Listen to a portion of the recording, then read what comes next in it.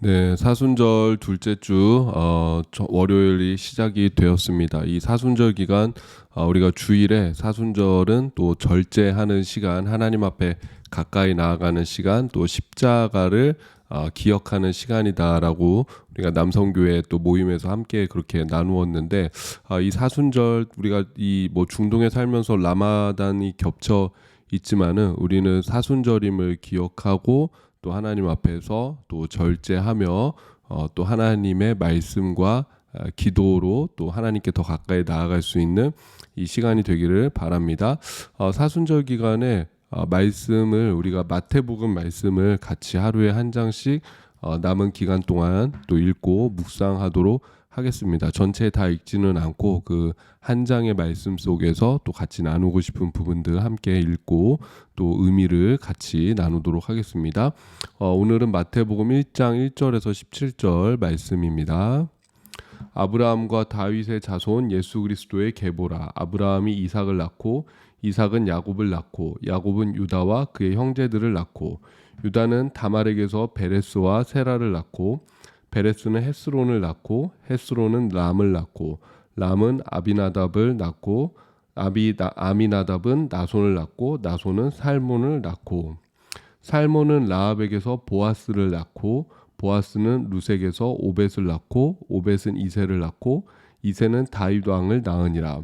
다윗은 우리아의 아내에게서 솔로몬을 낳고 솔로몬은 르호보암을 낳고 르호보암은 아비야를 낳고 아비야는 아사를 낳고 아사는 여호사밧을 낳고 여호사밧은 요람을 낳고 요람은 우시아를 낳고 우시아는 요담을 낳고 요담은 아하스를 낳고 아하스는 히스기야를 낳고 히스기야는 므낫세를 낳고 므낫세는 아몬을 낳고 아몬은 요시야를 낳고 바벨론으로 사로잡혀 갈 때 요시야는 여고냐와 그의 형제들을 낳으니라. 바벨론으로 사로잡혀 간 후에 여고냐는 스알디엘을 낳고 스알디엘은 스룹바벨을 낳고 스룹바벨은 아비웃을 낳고 아비웃은 엘리야김을 낳고 엘리야김은 아소르를 낳고 아소르는 사독을 낳고 사독은 아킴을 낳고 아킴은 엘리웃을 낳고 엘리웃은 엘르아사를 낳고 엘르아살은 mat단을 낳고 mat단은 야곱을 낳고 야곱은 마리아의 남편 요셉을 낳았으니 마리아에게서 그리스도라 칭하는 예수가 나시니라. 그런즉 모든 대수가 아브라함부터 다윗까지 14대요 다윗부터 바벨론으로 사로잡혀 갈 때까지 14대요 바벨론으로 사로잡혀 간 후부터 그리스도까지 14대더라. 아멘.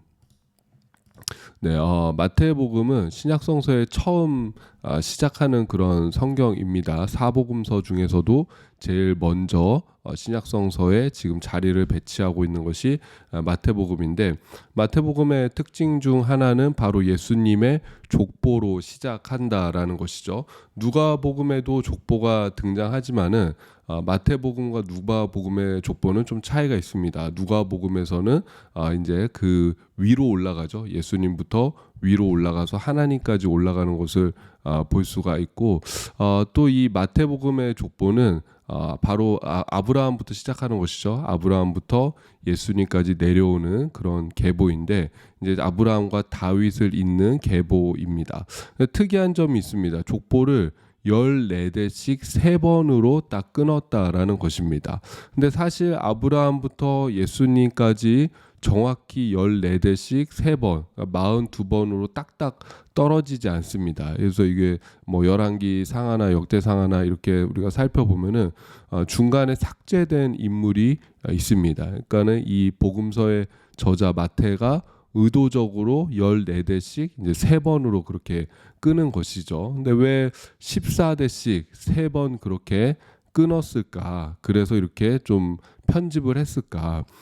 우리가 이 성경을 읽다 보면 숫자에 대한 이야기가 많이 나오는데 숫자는 어떤 그 의미, 상징을 가지고 있습니다. 그래서 이 중요한 숫자들이 있었죠. 우리가 뭐 사순절 같은 경우는 42, 또 성경에서는 굉장히 중요한 의미를 가진 숫자이고 뭐 3도 우리가 완전수라 그래서 중요한 숫자이고, 또 12지파 12도 중요한 숫자이고, 또 요한계시록 보면서는 14만 4천이라든지 우리가 뭐 천년이라든지 천년의 천이라든지 이런 것들이 다 의미가 있는 숫자임을 배우지 않았습니까? 그런 것처럼 이 성경에서 나오는 숫자에는 그 의미가 있는데, 또 완전수가 바로 7이죠. 7. 근데 14는 보면 7의 배수인 것이죠. 7을 두 번 곱하고 7을 두 번 곱하면 14인 것처럼 이 14는 7의 배수로서 오늘 지금 이 마태복음 안에서 상징을 또 의미를 가지고 있습니다.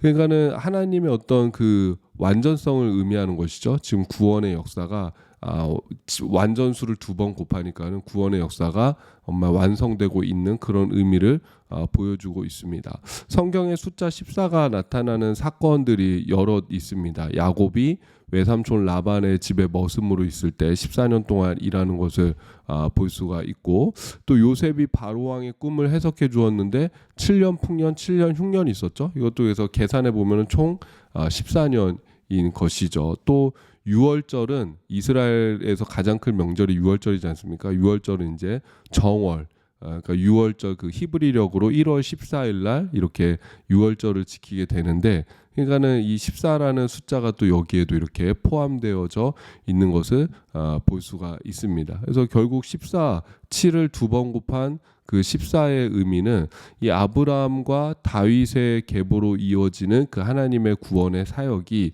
지금 마지막에 등장하는 그 예수님을 통해서 온전히 완성되어지고 있다라는 것을 이 족보의 그 대수로만 보더라도 그것을 이제 지금 상징적으로 보여주고 있는 것이죠. 그래서 14대는 그런 의미가 있다. 여러분 우리가 기억하면 좋을 것 같습니다.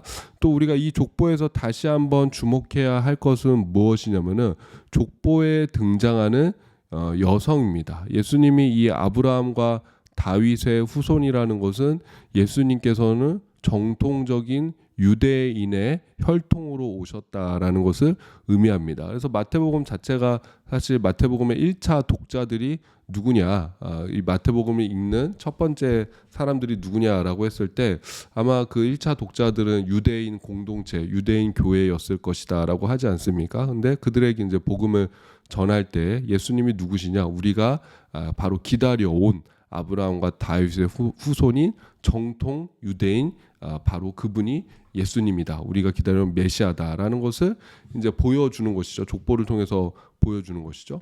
근데 우리가 족보를 보다 보면은 이 정통 유대인과는 어울리지 않는 4명의 여성을 만나게 됩니다. 제가 그냥 읽어드리겠습니다. 3절에 유다는 다말에게서 베레스와 세라를 낳고, 또 5절 보면 살몬은 라합에게서 보아스를 낳고, 보아스는 루색에서 오벳을 낳고, 또 6절에 다윗은 우리아의 아내에게서 솔로몬을 낳고. 그러니까 지금 다말, 그리고 라합, 룻, 우리아의 아내, 이 바세바인 것이죠. 이 4명의 여인은 사실은 이 정통 유대인의 족보에 들어가기에는, 또 이 메시아의 반열, 메시아의 족보에 들어가기에는 사실 어울리지 않는 그런 여인들인 것이죠. 그럼 왜 그러냐면은 일단은 여자의 이름이 들어갔다는 것 자체가 지금 그때 당시에 여자의 이름이 들어갔다는 자체가 좀 어울리지 또 않는 것이고, 이 여인들은 다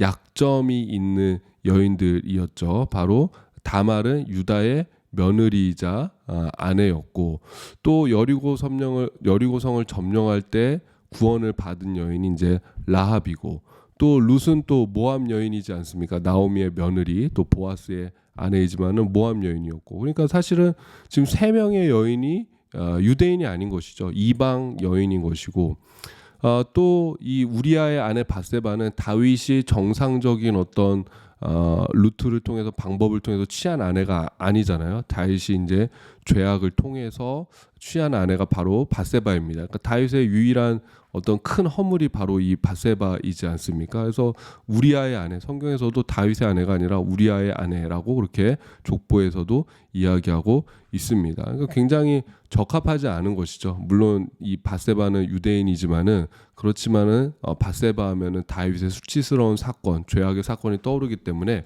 이 여인들은 사실은 모두 다 이 예수님의 족보에 올리기에 적합하지 않은 여인들입니다. 메시아의 족보에 올리기에, 하나님의 아들의 족보에 올리기에는 적합하지 않은 그런 여인인 것이죠. 뭐 라합 같은 경우는 또 이 직업이 기생이지 않았습니까? 근데 여러분, 우리가 이것을 보면서 그런데 왜 또 유대인 공동체에게 지금 이 복음서를 쓰면서 이 지금 족보에 어울리지 않는 이방 여인들, 또 그 유대인들에게 정말 중요한 그 메시아의 상징인 다윗 왕의 수치를 드러내는 어떤 밧세바, 그런 사람들의 이름이 왜 이 족보에 기록되어져 있을까? 그 이유가 있는 것이죠. 그럼에도 불구하고 마태가 그녀들의 이름을 여기에다가 기록한 분명한 이유가 있는 것이죠.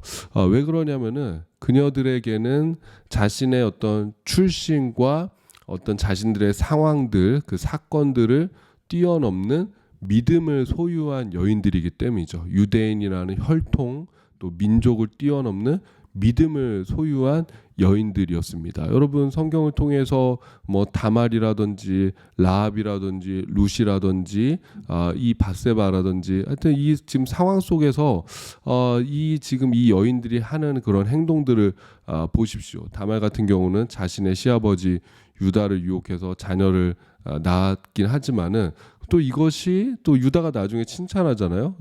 저 사람이 나보다 옳도다 라면서, 이제 뭐 여기서 자세하게 얘기할 수는 없지만 어쨌든 이게 잘못하면 유다의 후손이 끊어지는 상황이거든요. 근데 그런 상황 속에서 이 여인의 행동, 다말의 행동이 지혜롭고 또 믿음의 행동이었다라는 것이고, 라합도 여리고 사람들 입장에서는 민족을 배신한 거 아닙니까? 그러나 이게 이제 우리의 신앙적인 입장에서는 하나님을 선택한 것이죠. 룻도 마찬가지인 것이죠. 룻도 단순히 나오미를 쫓아간 것이 어떤 뭐 효부다 뭐 그런 의미가 아니라 그 룻이 하나님을 선택한 것이죠. 이제 이방 신이 아닌 난 하나님의 백성으로 살겠다라고, 어떻게 보면 이것이 다 믿음의 선택이었다라는 것입니다. 뭐 밧세바는 어떻게 되는 겁니까? 라고 그렇게 한다면은, 밧세바는 그러니까요. 밧세바는 우리가 어떻게 봐야 될까요? 어쨌든 하지만은 이 밧세바를 통해서 다윗이 또 깊은 그 회개를 경험하고, 또 밧세바를 통해서 솔로몬을 나오지 않겠습니까?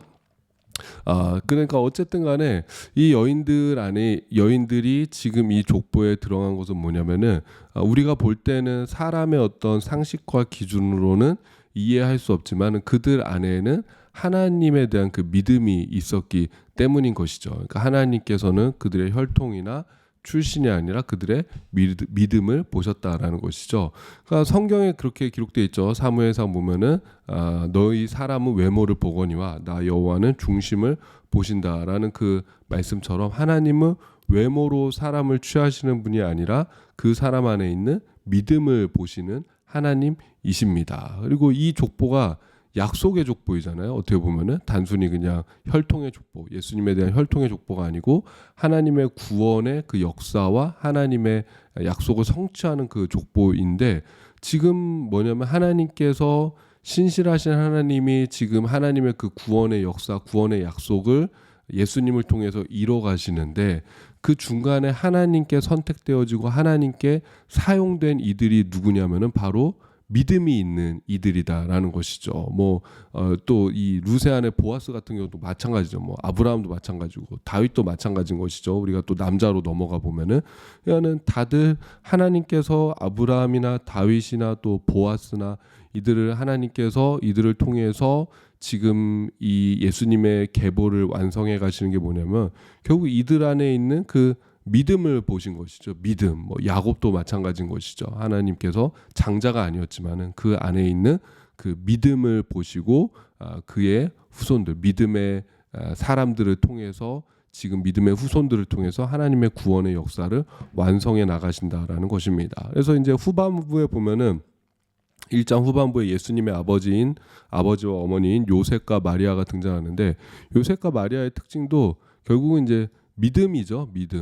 믿음의 사람이다라는 것이죠. 하나님의 말씀을, 내 목숨이 지금 위태로운 상황에서도 마리아는 하나님의 말씀을 믿음으로 받아들이고, 요셉도 하나님의 말씀을 믿음으로 받아서 그 마리아를 나의 아내 삼고 또 아기 예수님을 끝까지 돌보고 보호하는 그런 역할을 감당하지 않습니까? 뭐 요셉은 나중에 역사 속에서 이제 사라지기는 하지만 어쨌든 뭐 유명한 사람이 아니었죠. 요셉과 마리아 모두 유명한 사람은 아니었지만은 그들 안에 믿음이 있기 때문에 하나님은 요셉과 마리아를 선택하셨습니다. 마찬가지입니다. 오늘날도 마찬가지입니다. 하나님께서 우리를 평가하시고 우리를 바라보시는 그 기준이 무엇인가? 우리의 외모, 우리의 성별, 우리의 나이, 우리의 출신, 우리의 스펙, 우리가 무엇을 가지고 있느냐, 그것이 아니라 우리의 능력이 아니라 하나님은 오늘도 여전히 우리 안에 믿음을 보시는 줄 믿습니다. 하나님을 믿는 그 믿음, 하나님을 의지하는 믿음, 하나님의 말씀을 붙드는 그 믿음, 그 믿음이 있는 한 사람을 통해서 하나님께서는 오늘도 일하시고 역사하시고 하나님의 약속을 성취해 나가시는 줄로 믿습니다. 그래서 여러분 우리가 이 사순절 기간에 하나님 우리의 믿음이 새롭게 되어지기를 원합니다. 나도 하나님 앞에 믿음으로 세워지기를 원합니다. 그렇게 고백하면서 이 족보에 오른 여인들처럼 믿음으로 하나님의 역사를 써내려가는 저와 우리 모두가 되기를 주님의 이름으로 축복합니다. 제가 기도하겠습니다. 하나님 아버지, 은혜와 사랑에 감사합니다. 우리가 사순절을 맞아서 또 하나님 마태복음 말씀을 또 함께 나눕니다. 하나님 이 족보 언뜻 보기에는 유대인들 혈통의 족보인 것 같지만은 절대 그렇지 않습니다. 이 족보는 믿음의 족보입니다. 하나님 믿음을 가지고 하나님 앞에 반응했던 이들을 통해서 하나님께서 신실하신 약속을 성취해 나가고 이루어 가시는 그 믿음의 족보인 줄로 믿습니다. 또 오늘 날 하나님께서 찾으시는 그 한 사람도 하나님 앞에 믿음으로 반응하는 사람인 줄로 믿습니다. 이 사순절 기간 우리의 믿음이 더 깊어지게 하시고 성숙해지게 하시고 믿음으로 하나님 앞에 나아갈 수 있는 우리 맑은샘 교회 되어지게 하여 주시옵소서. 감사드리며 예수님의 이름으로 기도드립니다. 아멘. 오늘도 좋은 하루가 되시길 바랍니다.